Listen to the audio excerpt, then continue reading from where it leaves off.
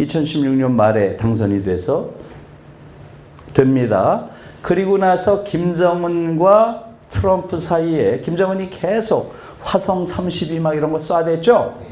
그러니까 9월 초에 엄청난 긴장이 그 당시에 형성이 됐습니다. 아마 여러분 기억날 거예요.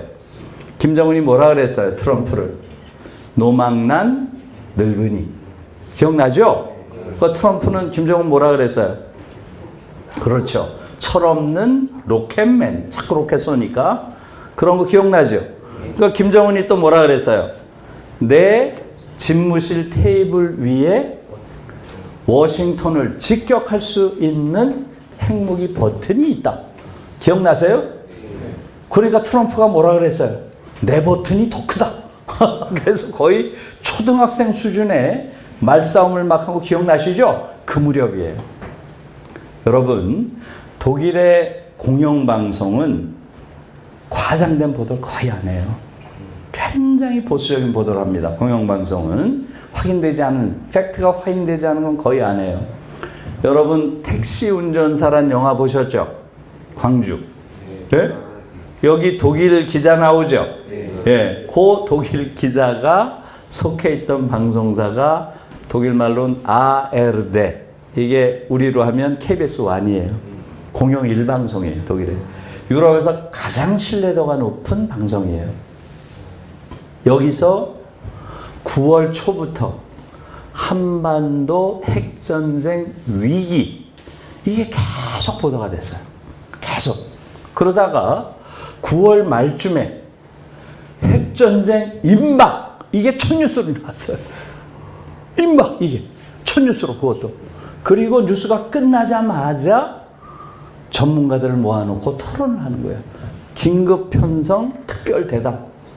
이래가지고 외교 전문가, 군사 전문가, 경제 전문가, 이런 사람들이 모여서 곧 한반도에 전쟁 터질 것 같은데, 그럴 경우에 이게 유럽 경제에 어떤 영향을 미칠까? 3차 세계대전으로 비화할 가능성이 있는가? 이런 걸 가지고 토론을 해요. 2시간을 해요, 2시간. 완전히 기정사실로 해놓더라고요, 이걸.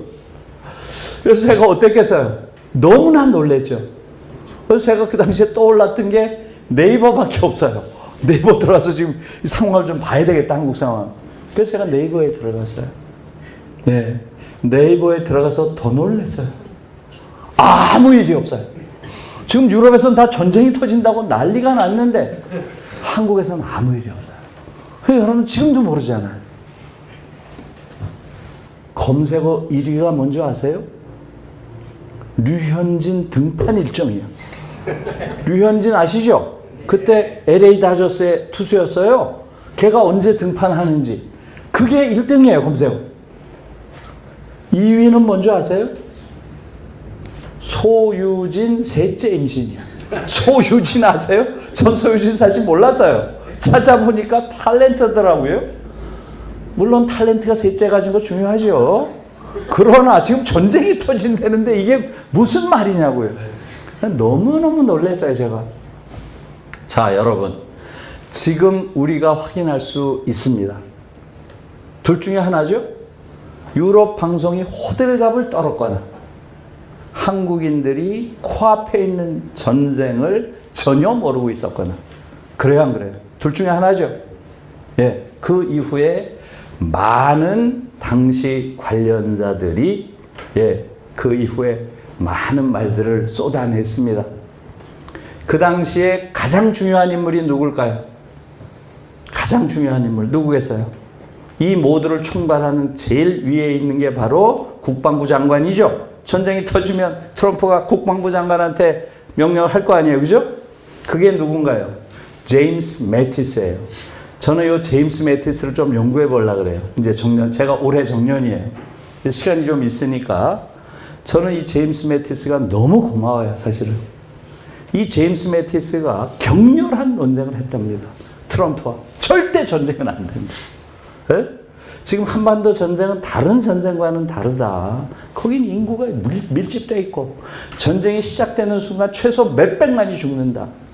이런 전쟁할 수 없다.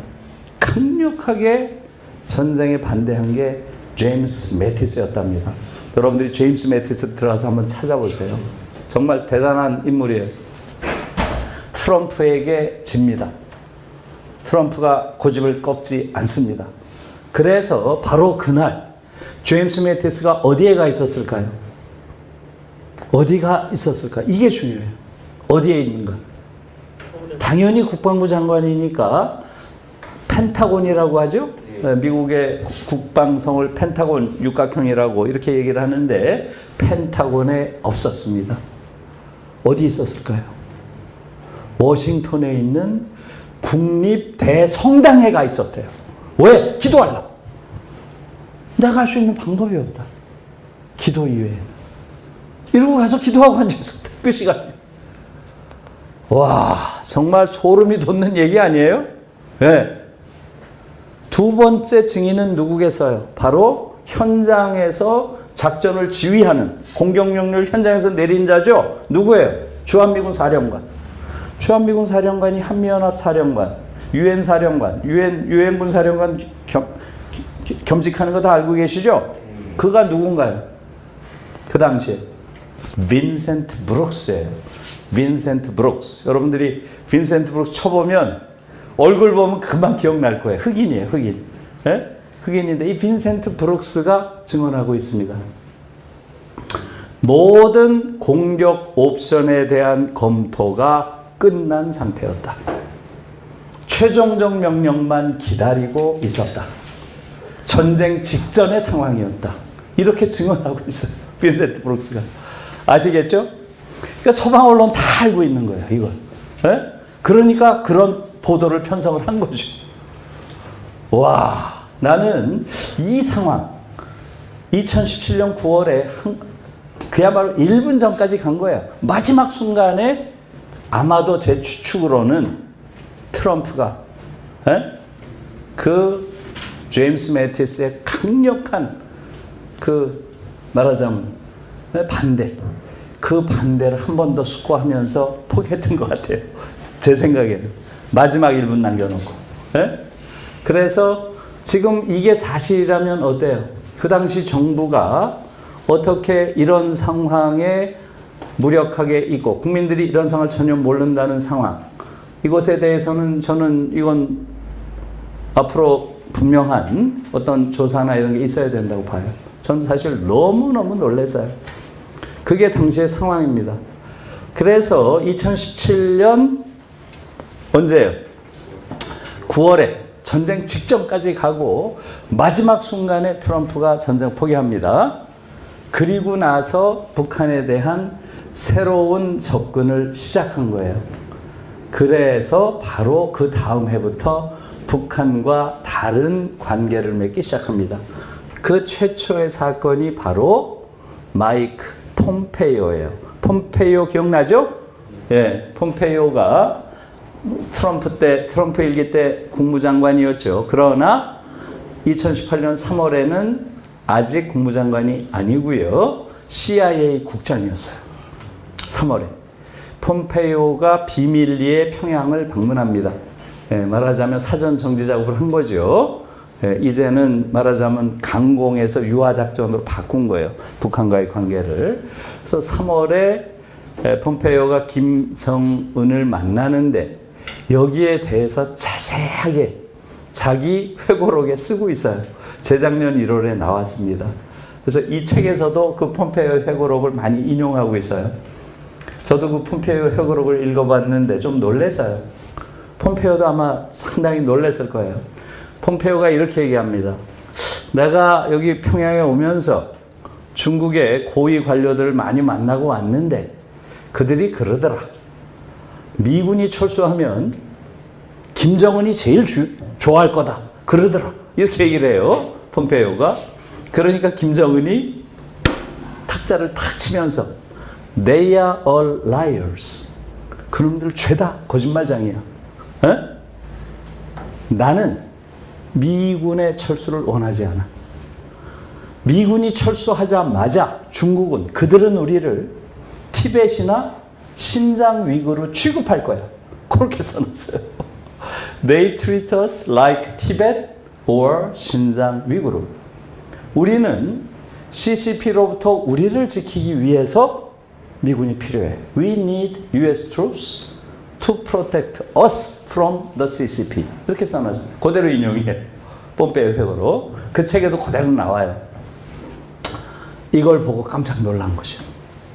그러니까 미국인들도 우리랑 비슷한 거예요. 그냥 중국과 북한은 너무 가깝고 자기들이 그야말로 북한은 뭐 중국의 위성국가 정도로 생각을 했는데 전혀 그렇지 않다는 걸 그걸 듣고서 상당히 놀라죠. 그러면서 집중적으로 미국 전문가들 데리고 북한과 중국 관계에 대한 연구를 시작합니다. 미국의 대외 정책은 딱 하나죠. 중국 견제예요. 모든 미국의 정책은 다 중국 견제에 맞춰져 있는 거 다 아시죠? 중국 견제를 위한 최선은 무엇인가? 이것을 미국 입장에서는 찾는 과정에서 북한의 전략적 가치를 발견한 거예요.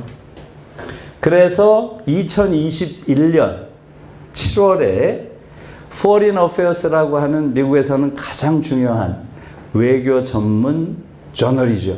Foreign Affairs.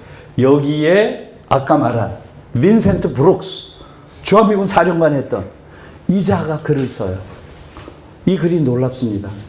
제목이 Grand Bargain with North Korea예요.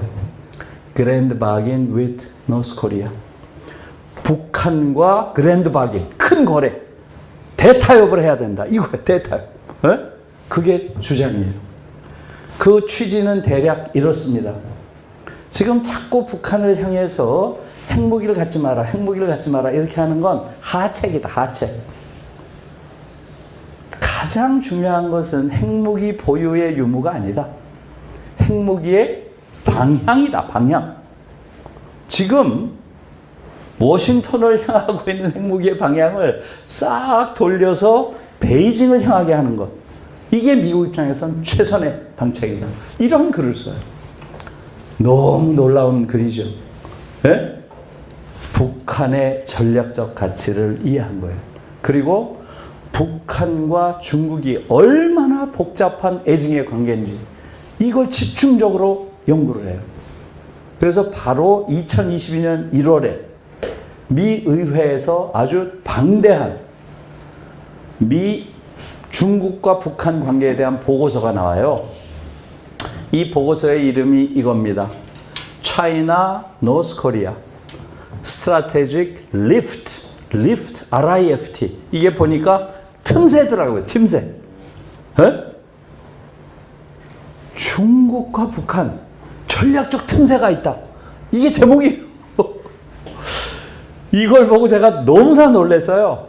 엄청 놀랐습니다. 중국과 북한 관계가 너무나 복잡한 관계고 애가 많겠어요? 증이 많겠어요? 애가 많을 것 같아요? 증이 많을 것 같아요? 증이 훨씬 많은 관계예요. 증이. 네? 뭐 한두 가지가 아니에요. 거기서 쭉 분석을 하고 있는데 김동기의 책에서 이걸 또 자세히 분석하고 있습니다. 이걸 보면 정말 놀라요. 너무너무 복잡한 관계예요. 둘의 관계는. 예를 들면 이렇습니다. 중공군이 1950년에 한반도에 들어온 건 우리가 알고 있죠. 한국전쟁 때 10월경에 들어오죠. 그래가지고 145태 때 끌고 내려오죠. 그런데 38선 이하로 안 내려옵니다. 그래서 딱 서버려요. 이거 가지고 당시에 팽덕회인가요? 그 중공군 사령관이 팽덕회와 김일성 사이에 어마어마한 논쟁이 벌어집니다. 김일성은 왜 안 내려가냐라는 거고 팽덕 더 이상 내려갈 수 없다. 왜 못 내려가겠다고 했겠어요? 거길 내려가는 순간 3차 세계대전에 자기들이 휘말릴 수 있다고 중국은 생각한 거예요. 김일성은 이 기회에 내려가야 된다는 거. 이걸로 엄청난 사실상 내부적인 갈등이 아주 극단적 갈등이 있습니다. 그런 게 한두 가지가 아니에요. 여러분, 당시에 들어왔던 중공군이 언제 나갔을까요? 들어온 건 우리가 알죠? 1950년. 나간 거는 모르잖아. 언제 나갔을까요?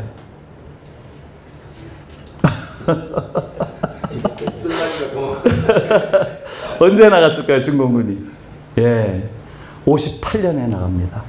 무려 8년 동안 40만 명 규모의 중공군이 평양 인근에 주둔합니다. 자, 김일성 어땠겠어요? 발 뻗고 잤을까요? 잠이 왔을까요? 이런 국제 정세 우리가 너무 모르는 거예요. 당시 상황들. 1950년대는 동구권과 서해주권 전체에서 엄청난 변화의 시기입니다. 예, 동베를린에서는 노동자 봉기가 일어나고요. 헝가리 부다페스트에서 반소 시위가 거대한 물결처럼 동유럽을 동유럽 전체로 확산되기 시작했어요. 소련이 어떻게 했나요? 예? 이때부터 본격적으로 탱크로 그냥 밀어붙이고요. 그 나라에 자기들 친위, 말하자면 어용정부를 세우기 시작한 거죠. 동유럽에. 지금 김일성이 제일 두려워한 것은 똑같은 것을 모택동이 마음만 먹으면 40만 명이 지금 주둔군을 가지고 할 수 있다고 보는 거죠. 그러니까 늘 지금 북한의 불안은 중국이에요. 중국이 우리를